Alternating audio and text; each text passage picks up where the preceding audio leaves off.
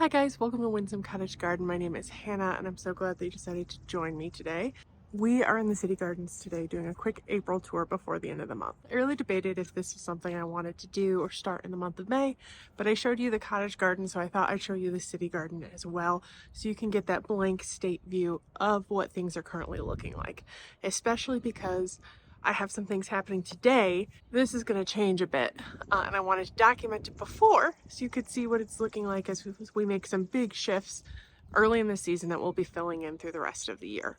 So why don't I give you a quick walk around, point out some of my favorite bits of spring color, and talk about some of the changes we're going to be making or upcoming projects we have in different areas. Okay, we're going to start in the backyard, and one thing I'll point out right away is my grass is looking particularly luscious and in need of a cut. I actually store my lawnmower at the cottage over the winter because my shed is limited in size and I can't fit my snowblower and my lawnmower. Today's the day those are switching, so I'm really looking forward to cutting the grass at the end of the day today. Hopefully the weather holds out to do that. So you're going to notice grass needs clipping. The other thing is I've actually been gone for the last week or so, and in that time weeds have popped up everywhere. So it's not perfect, but I think it's better to show you and show the real than wait until I can weed and then film, in which case some things will have already shifted because my dad is coming today to do some things that you'll see in an upcoming video. This area isn't really changing at all this year as much as I would like it to be. It's a larger budget item, though I will be getting out my deck furniture very quickly. And before we go too far, I should show you how things are filling in here. We've had some unseasonable warm weather, so things are a little more advanced than they typically are. But what that means is I actually just had to pull off these guys because we had a freeze warning last night, so the hostas got covered in these stilbies. Though I did forget to cover this one. Mostly because I went out after dark and didn't see it. It looks okay. But this guy did get covered and he's a little more advanced, so I'm glad he did. So things are really progressing well in this area, and you can already see how it's going to fill in pretty completely, and you can note the beautiful myrtle is blooming. The other thing that I wanted to point out that I'm happy about is this tree is putting buds on. I think I said in a video not too long ago I was worried about it. It doesn't have a lot of interior growth, which is okay, good for airflow, but it's got buds all the way around. So I need to kind of come in and finish pruning this. But I'm excited to see that it has not died, which is one of the things I was worried about. If I kind of pan this way, we'll walk along this bed side. This is an area that's not going to be changing too much, though I did store this hydrangea here temporarily. That's going to be moving to its new home soon. And you can probably see I never got around to pruning my roses. So I'm going to do that still. It's better late than never, but I wish I had done it on time. With this warm weather, things went from completely dormant to this very, very quickly. And we also had a cold night or two in there, and it just didn't quite work with my schedule to prune. So I need to do some research to see. I think it's better to prune now than not, but I'm going to do some Googling before I officially say that. You can see, though, that the sea holly, 1, 2, 3 that we planted last year is doing well, as is the ground cover. It turns this really pretty like reddy color in the cold, and then it's just starting to wake back up in the new with the like lighter green foliage. I also have some truly beautiful daffodils in here that I don't know the variety name, which is kind of a bummer, but pretty. And then I have these guys, which I think are just so dainty. Peonies are coming up. I'm going to be needing to get my cages soon. The hyacinths are just kind of going out. But this is an area I wanted to talk about because it's one that's going to be changing quite a bit in the future. I do have a lot of cone flowers in here that I have been like letting fill up. This guy seemed to overwinter better with them there. And maybe they provided a little extra protection. I think it did have some dieback, but nothing terrible. I am seeing some anemia in this, so when I treat that with some iron tone, I'm also going to treat this. I haven't fertilized anything here. That's definitely on my spring to-do list sooner rather than later is get it fertilized. We did a really good job with mulching last year, and we've got a thick layer still, so I'm not planning on bringing mulch in other than potentially just like a scant coat to like refresh the look. But even then, I don't know if I'm going to do that, and I might just pop mulch in spots that need it. I wanted to point these out as we're kind of doing a bulb tour as well. We've got some beautiful with a delicate peach colored cup, which are pretty, and then these guys are actually allium that have been in place for a number of years. But I've always intended to kind of dot these around a little bit more, but they provide such a really stark, beautiful pop that I haven't done it quite yet. And you can see that they've been in place probably 3 years. This one's gonna put up 3 blooms. This is 2. There's one that is smaller, and that's because it actually got axed a little bit. So I'm happy it's alive. But the thing that's going to be changing is I'm actually going to be pulling this shrub out. It's an Althea. It's a Rose of Sharon. It's beautiful. But it really likes its spot, and it's too big for its spot. They don't tend to get as big as this one does in our area, so I fudged the spacing a little bit, and it is an area that I really need the space more than anything because of my air conditioning unit. So this is going to make its way to the cottage. We're hoping it's quite large. It was mature-ish. It's probably been in place 6 years.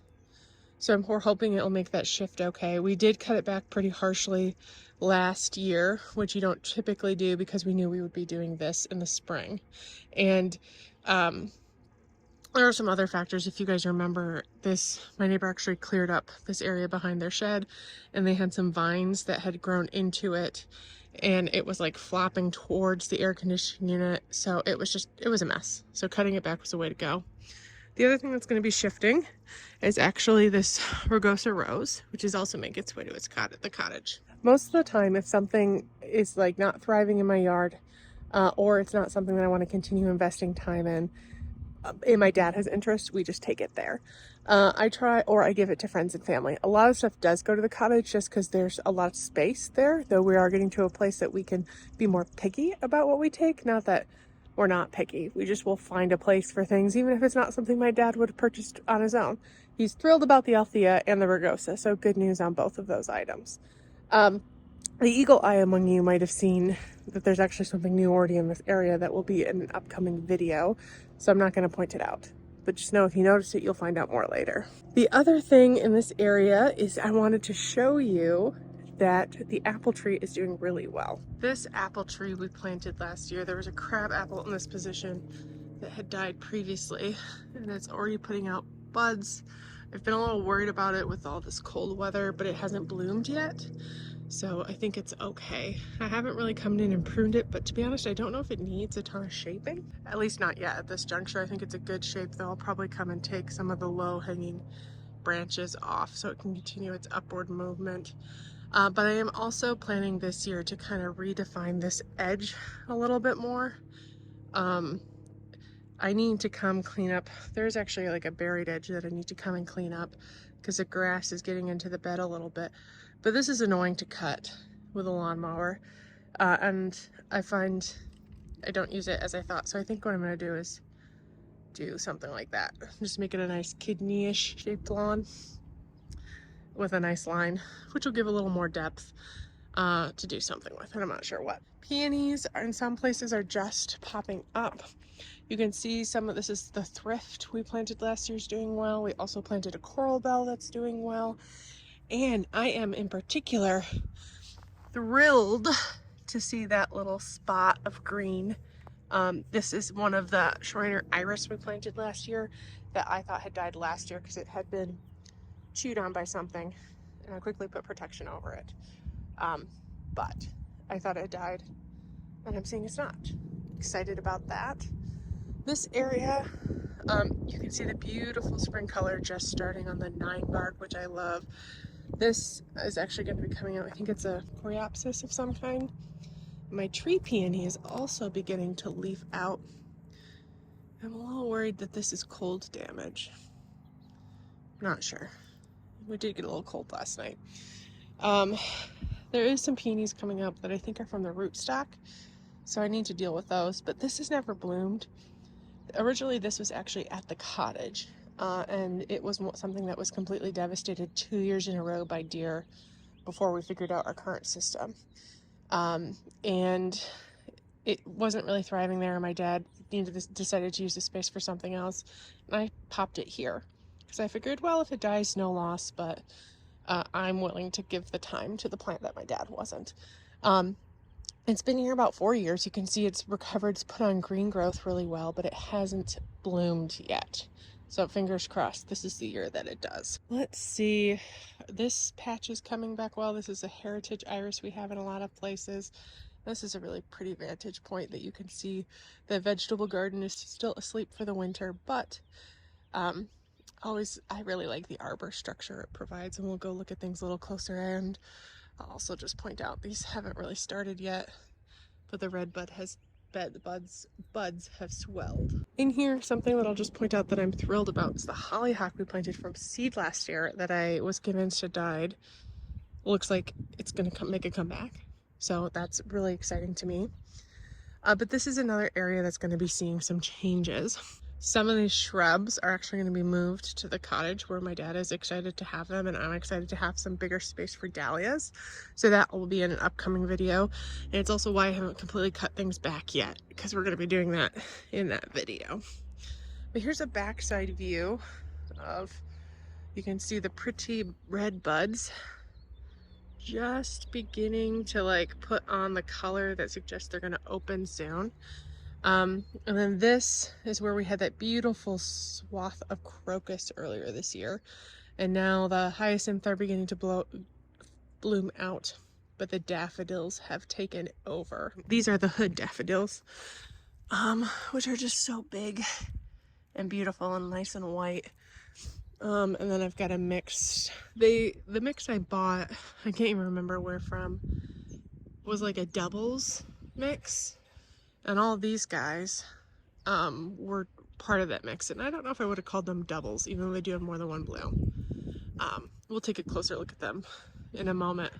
I do like them, but they're not quite what I was expecting. I used to actually have a whole lot more daffodils in here, but they were from this one place. I planted them all 1 year, and they bloomed, and then they never came back. So I think it's something I might add some more spring color for this time. I think the hyacinth provide the crocus that you guys saw in a previous video. I want to add a couple more pops because I love that, especially in the early spring when you really need color. The hyacinth come in after that, and now the daffodils. And I just like to amp this up a tiny bit more. But as we continue around, some of the ground cover we did is doing well. There's not a lot to point out here, though. I do want to point out my neighbor has sumac, and it is just killing me. I don't really know what to do other than potentially put like bamboo guard along our fence, but that seems excessive. Any ideas on what you would do to try and keep a neighbor's invasive plant out of your yard would be wonderful. This is an area we're going to be spending some more time in soon because I'm just going to be getting it ready in the next month or so. We've got some colder weather seedlings that are going out soon, and then before you know it, it will be time to plant our tomatoes and things. But I'm really excited for this area to come back to life. I also wanted to point out quickly, if you ignore some of the weeds in this area, look at these guys we planted together. These are the fritillaria. And I wasn't sure what they would look like. When they first started coming up, I thought they were a weed because it was a little unusual. But they've got such pretty little bell-like bulbs. I love them, and I think they're really pretty, especially with these hellebores. This is part of the wedding party series. I'll see if I can figure out which one and guess what and put its name up here, as is this one, which is a really fluffy purple.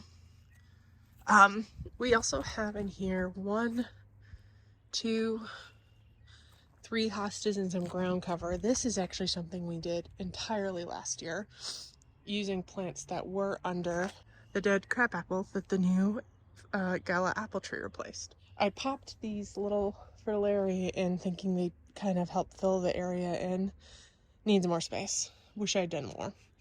I think it's something that I'm going to be researching what other things I might pop in here to amp this up a tiny bit, because it's not going to be something that I'm going to plant more perennials in, because between the hostas and the hellebores it's full. I do think long term I'd like to add a little path and gate to get behind this storage area, Also, I should point out, I use this to keep the dogs out because they like to go in there. My neighbors have dogs that they like to chatter at each other through the fence.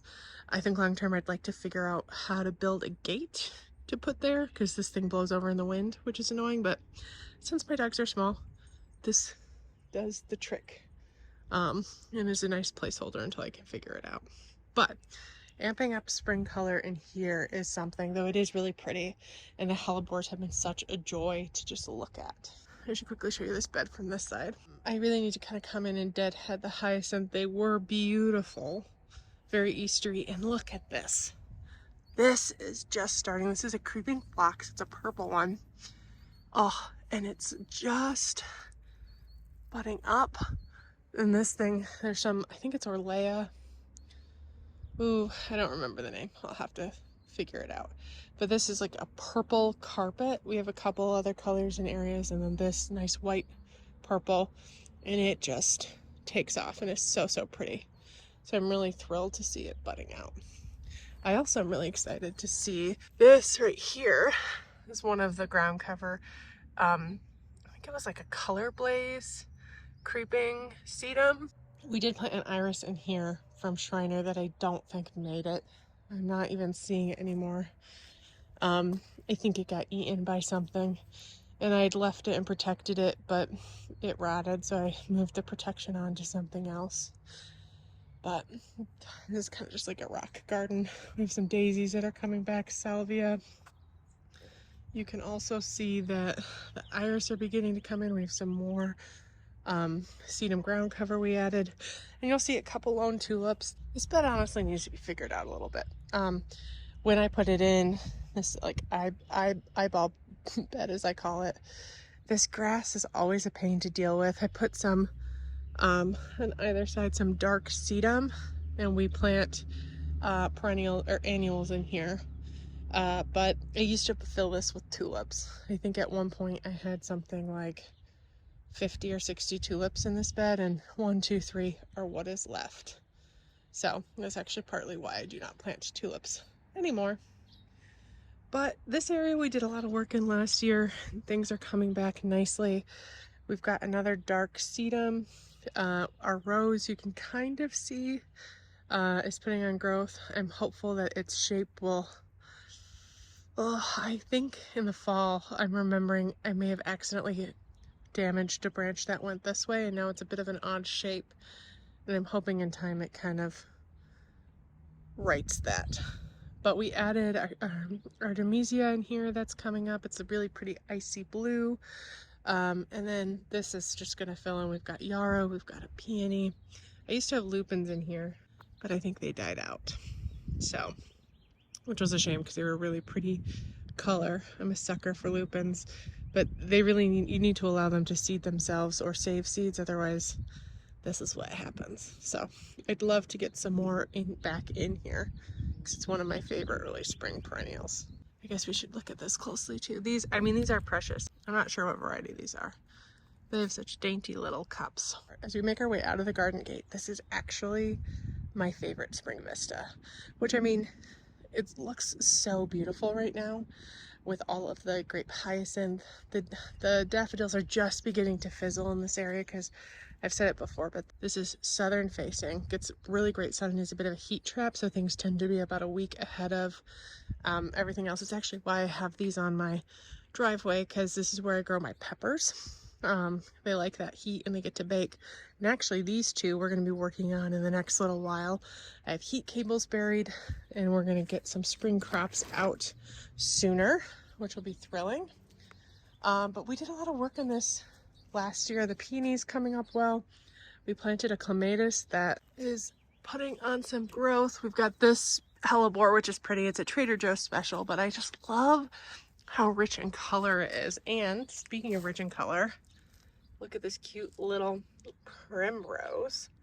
I planted a number of these, and this is the only one that's ever survived here, but I absolutely love it, so I'm thrilled to see it.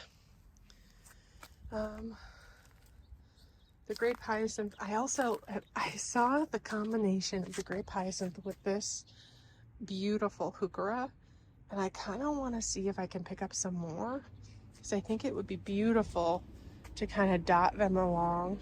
So like 1, 2, 3, 4, 5, 6, just kind of like dot them throughout this whole edge for that pop of red foliage, because there's a lot of green going on. And I think we've got some icy blue with the iris. This hosta is a really broad leaf, which is pretty, but I'd love to see some more of that color in this area. I've got another red bud here that I never cleaned off the seed heads. I don't really know why it's doing this, but they're kind of ugly. I've been meaning to pull them off. I have not pruned this rose at all either. It's another one I need to do, and it is showing some iron deficiency, so I really want to hit this with rose tone and some chelated iron, because I think this is iron deficient, like a nutritional deficiency that I want to treat right away. Because if roses suffer with that kind of thing, they can be more prone to sawfly or aphids or things like that. So this is on my to-do list as soon as I get an opportunity. In here also you'll see we've got some beautiful poppies that I'm thrilled to see taking, and this is a sawfly first bloom, so that's a pretty bright pink pop once it's in full bloom. We make our way here. I was worried about these guys as well, but you can see that they have put some growth on, though. They've got some spindly things that need to be taken out, so some final pruning on those. And you can see some of the tulips we used to have in this area. There's actually one little stand right here that has done really, really well. As you can see, they've got like buds all over them, and I don't really know what it is, but we planted some allium in here, which are doing well. The iris are beautiful. Our hibiscus hasn't woken up yet for the year, but I'm sure it's on its way. But this is an area that I probably could get some more. Maybe I continue the muscari. I really liked the muscari there because it was contained, because muscari does spread. But I guess if I started it here and just let it go, that wouldn't be bad either, because this would be beautiful wash in blue. Clematis are beginning to wake up. Peonies are doing well. This tree, I can't wait for it to bloom. It's a beautiful crab apple, one of my favorites. I'm still waiting to see if some of these plants we planted last year made it over the winter. Kind of a question.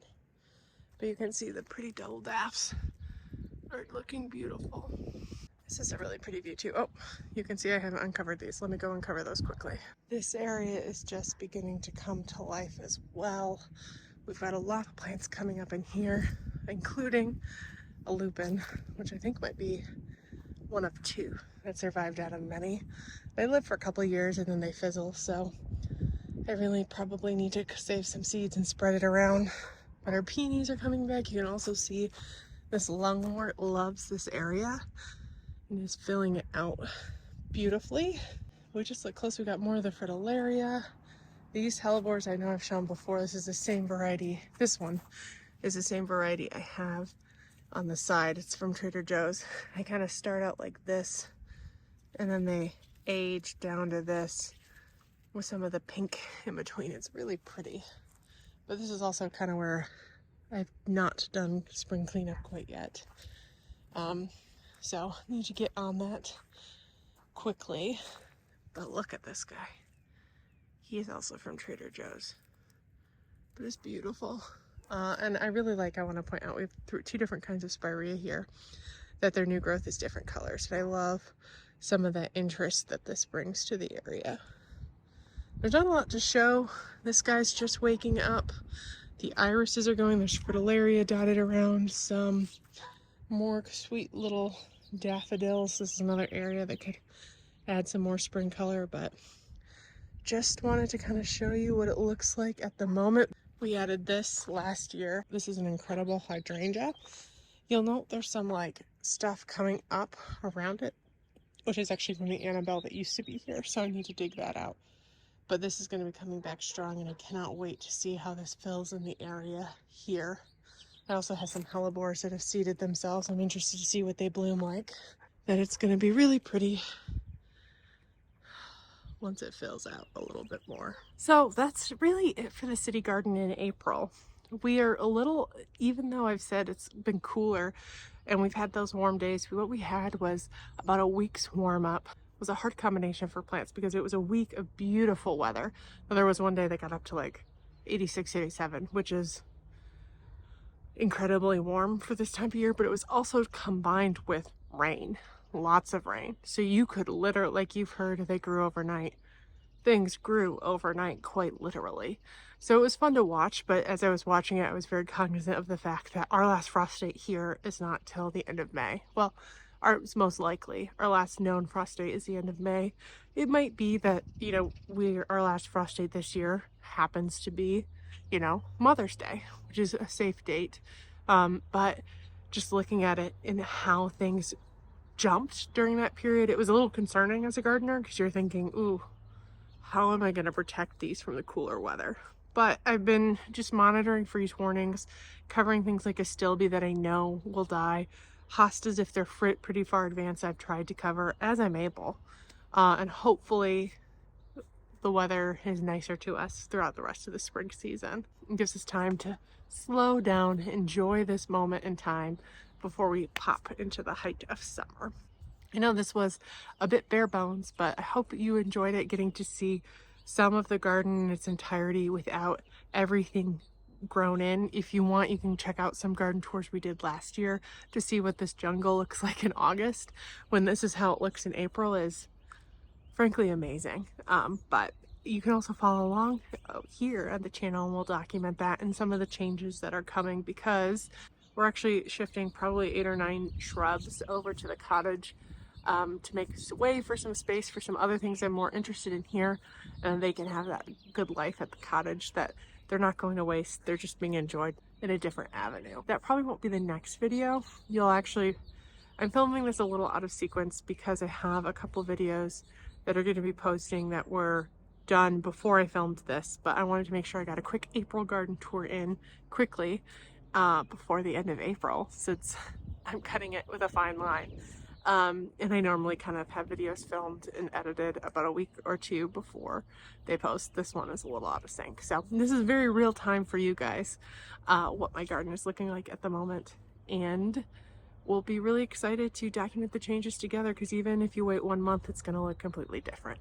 So thank you so much for joining me today. If you like this video, please make sure to hit the like button and subscribe, and follow our garden here in the city as well as the cottage garden. I hope you enjoyed it, and I can't wait to see you in the next video.